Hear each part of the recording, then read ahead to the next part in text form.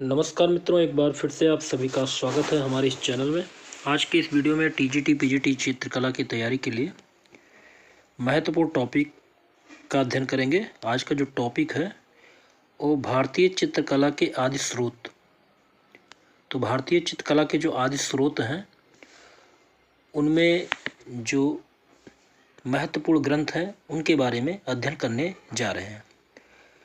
और आज का ये वीडियो बहुत ही इम्पोर्टेंट है, तो इस वीडियो को ध्यान से सुनिएगा और समझिएगा। यहाँ से आपको ज़रूर प्रश्न मिलेंगे एग्जाम में।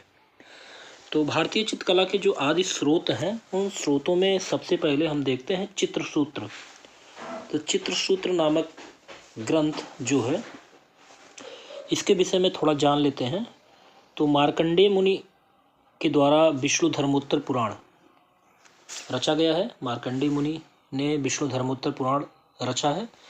उसका जो तृतीय खंड है और उस तृतीय खंड में अध्याय 35 से लेकर 43 तक, कहने का मतलब 9 अध्याय चित्रसूत्रम का प्रकरण है।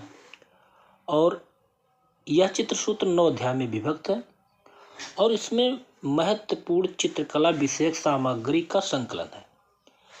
और इसमें अगर देखें तो इस अध्याय में चित्र के आयाम, प्रमाण, सामान्य नियम, आकृति के लक्षण, रंग, रेखा, रूप, भाव, चित्र सामग्री, चित्र के गुण दोष की चर्चा की गई है और चित्र सामान्य नियमों एवं लक्षण के विषय में चित्रकारी के लिए उपयोगी सामग्री प्रस्तुत की गई है। तो भारतीय चित्रकला के आदि स्रोत में चित्रसूत्र का बड़ा ही महत्व है। इसके बाद अगला जो है चित्र लक्षण, दूसरा जो ग्रंथ है वो है चित्र लक्षण। अब चित्र लक्षण के विषय में जान लेते हैं। तो इस ग्रंथ की रचना काल अगर देखें तो 500 ईसा पूर्व से 200 ईस्वी पूर्व के मध्य माना जाता है। तो चित्र लक्षण जो ग्रंथ है 500 ईस्वी पूर्व से लेकर 200 ईस्वी पूर्व के मध्य माना जाता है। इसको नग्नजीत ने रचा है। नग्नजीत द्वारा रचित चित्र लक्षण है और इसकी 6वीं 7वीं शताब्दी की एक प्रति तिब्बत से प्राप्त हुई है। तो चित्र लक्षण की जो प्रति है वो 6वीं शताब्दी और 7वीं शताब्दी की एक प्रति तिब्बत से प्राप्त हुई है, जो इस ग्रंथ का तिब्बती भाषा में अनुवाद किया गया है। इसमें चित्रकला की उत्पत्ति के विषय में, चित्र के भेदों के विषय में, चित्र की सामग्रियों के विषय में आदि सभी का विवेचन किया गया है। और यह ग्रंथ तिब्बत के तंजौर ग्रंथमाला के अंतर्गत प्रकाशित किया गया है। यह ग्रंथ 3 अध्याय तक ही प्राप्त होता है। तो चित्र लक्षण के तीसरे अध्याय में चित्र रचना सामग्री सिद्धांतों की व्याख्या की गई है। और इसमें क्या क्या है, पशु पक्षी, स्त्री पुरुष आदि का जो चित्रांकन है, भिन्न भिन्न विधियों का और भिन्न भिन्न आकृतियों के अंगों तथा उपांगों के अनुपात, लंबाई, चौड़ाई आदि का वर्णन किया गया है चित्र लक्षण में। और इस ग्रंथ में नेत्रों के भी प्रकार बताए गए हैं। 5 वर्गों में नेत्रों को रखा गया है, जैसे धनुरा आकृति, उत्पल आकृति, मतुस्दरा आकृति, पद्म आकृति और कुटिल दृश्याकृति। तो ये 5 प्रकार के नेत्रों का वर्णन चित्र लक्षण ग्रंथ में किया गया है। तो चित्र लक्षण ग्रंथ जो है नग्नजीत के द्वारा रचित है और इसका रचना काल 500 ईसा पूर्व से 200 ईस्वी पूर्व के मध्य माना जाता है। आगे आते हैं। अगला जो आदि स्रोत है वो है अभिलाषार्थ चित्रामणि। तो अभिलाषार्थ चित्रामणि, तो इसको 12वीं शताब्दी में चालुक्य राजा सोमेश्वर भूलोक मल्ल ने अभिलाषार्थ चित्रामणि की रचना की थी और तथा मनोल्लास नामक ग्रंथ, तो इनका 2 ग्रंथ है, अभिलाषार्थ चित्रामणि और मनोल्लास नामक ग्रंथ की रचना सोमेश्वर ने की है। ठीक है। अभिलाषार्थ चित्रामणि की सामग्री को कुछ बदल कर ही मनोल्लास की रचना की गई है और इस ग्रंथ में 9 लाल, चित्रगुण, रस, भूकार्य, तूलिका, वर्ण, स्थान, ताल, प्रतिभा, लक्षण इत्यादि का वर्णन किया गया है। साथ में इस ग्रंथ में चित्र 5 प्रकार के बताए गए हैं। इस ग्रंथ में चित्रों के 5 प्रकार बताए हैं और वो 5 प्रकार के चित्र हैं।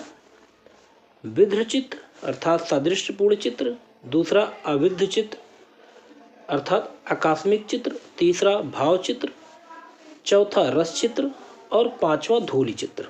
ठीक है, तो अगला आते हैं। अगला जो आदि ग्रंथ है ऋग्वेद।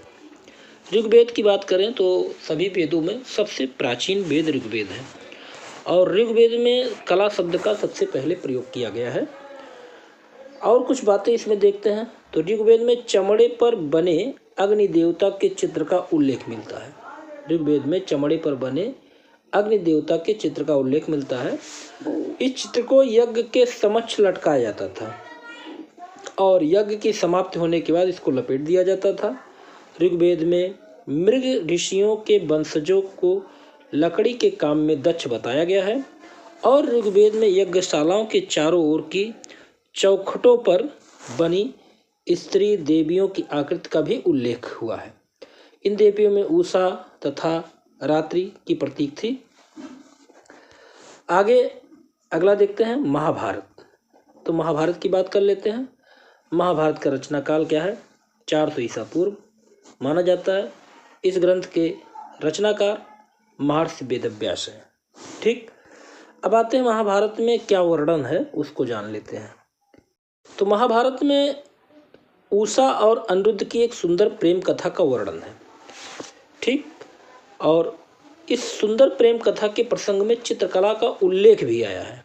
ठीक, जैसे राजकुमारी उषा ने एक स्वप्न में एक सुंदर राजकुमार को अपने वाटिका में विहार करते हुए देखा था। वह उनसे प्रेम करने लगी। अतः प्रातः जागकर राजकुमारी उषा ने उस राजकुमार की स्मृति में दुखी होकर एकांत में चली गई। तब उनकी सेविका जो थी उसका नाम था चित्रलेखा को जब इस घटना का ज्ञान हुआ तो उन्होंने समस्त देवताओं, महापुरुषों तथा उस समय के राजकुमारों की छवि चित्र स्मृति के आधार पर बना डाले और उषा के सम्मुख प्रस्तुत किया। उषा ने स्वप्न में देखे राजकुमार के चित्र को पहचान लिया। ठीक, यह चित्र श्री कृष्ण के प्रपौत्र अनिरुद्ध का था। इस प्रकार दुखी राजकुमारी यह छवि चित्र देखकर प्रसन्न हो उठती है। तो इसका भी चित्र का वर्णन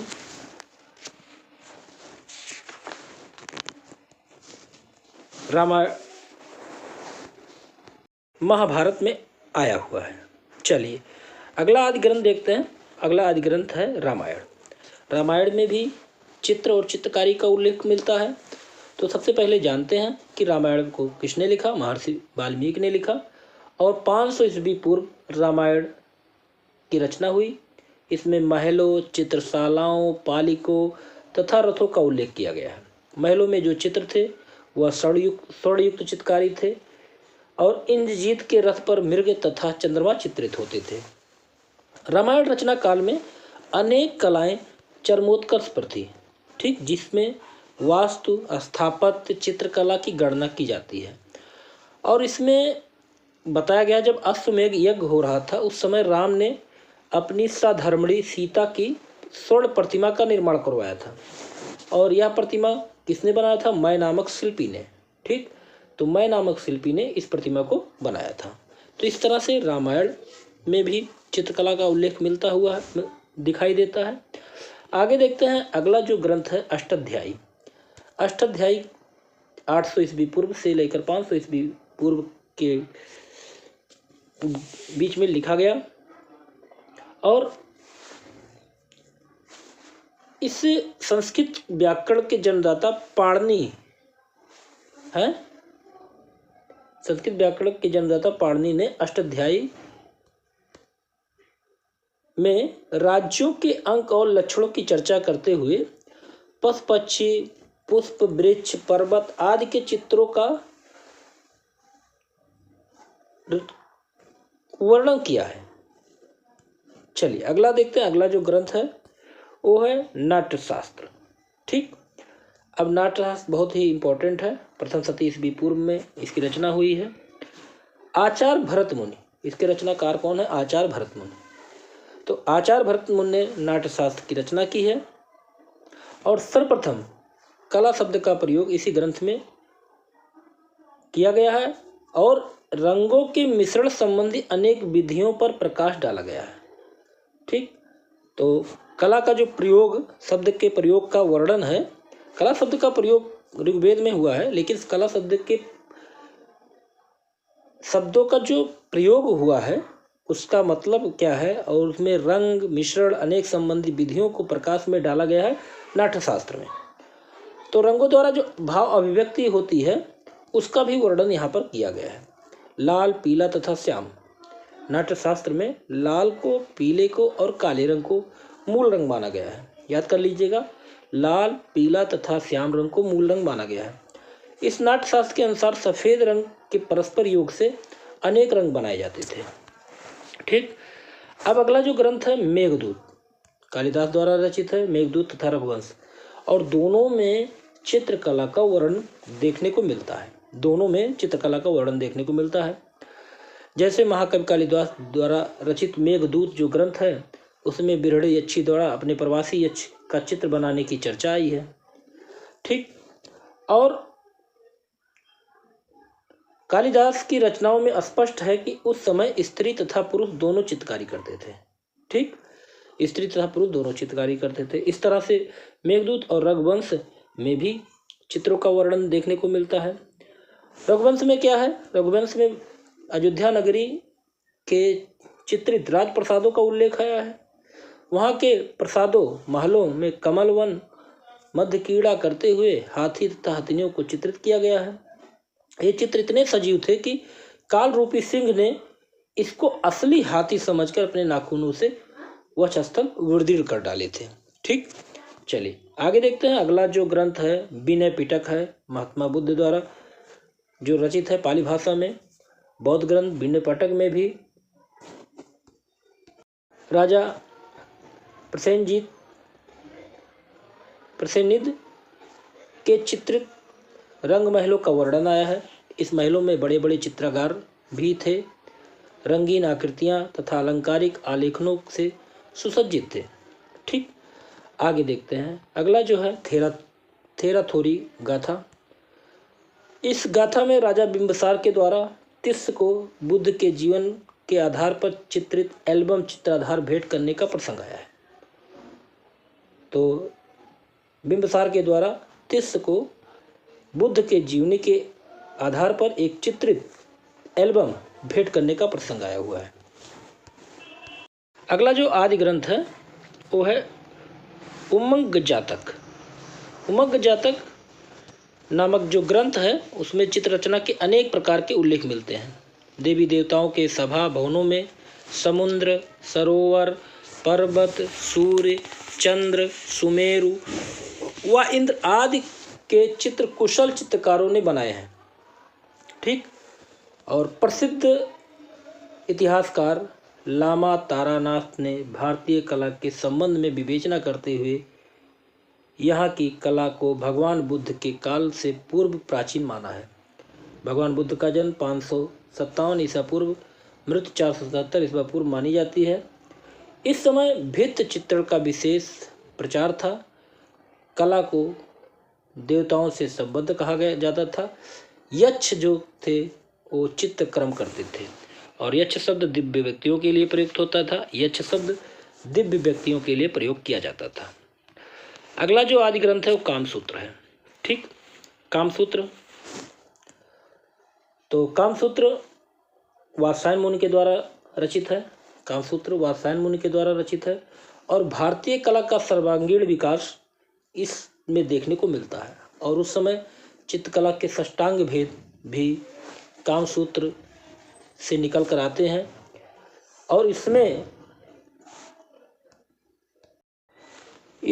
तीसरे अध्याय में 64 कलाओं का उल्लेख किया गया है। तो कामसूत्र के तीसरे अध्याय में 64 कलाओं का उल्लेख मिलता है। ठीक, और चित्रकला को आलेख के नाम से जाना जाता था। चित्रकला आलेख या चित्रकला के नाम से जाना जाता था और इसके षष्टांग पर भी प्रकाश डाला गया है। और कामसूत्र के सिद्धांतों पर आधारित चित्रकला के 6 अंगों का उल्लेख एक श्लोक में किया गया है। रूप भेद प्रमाणनी भाव लावण्य योजनम सदृशम वर्णिका भंग इत चित्र षष्टांगम। पंडित यशोधर ने 11वीं शताब्दी ईस्वी में, याद कर लीजिएगा, 11वीं शताब्दी में कामसूत्र की टीका जय मंगला के नाम से इसको प्रस्तुत किया था। और कामसूत्र के 3रे अध्याय की टीका करते हुए यशोधर ने आलेख चित्रकला के 6 अंग बताए हैं। वो कौन कौन से 6 अंग हैं? रूप भेद है, प्रमाण है, भाव है, लावण्य योजना है और सदृश और वर्णिका भंग है। तो इस तरह से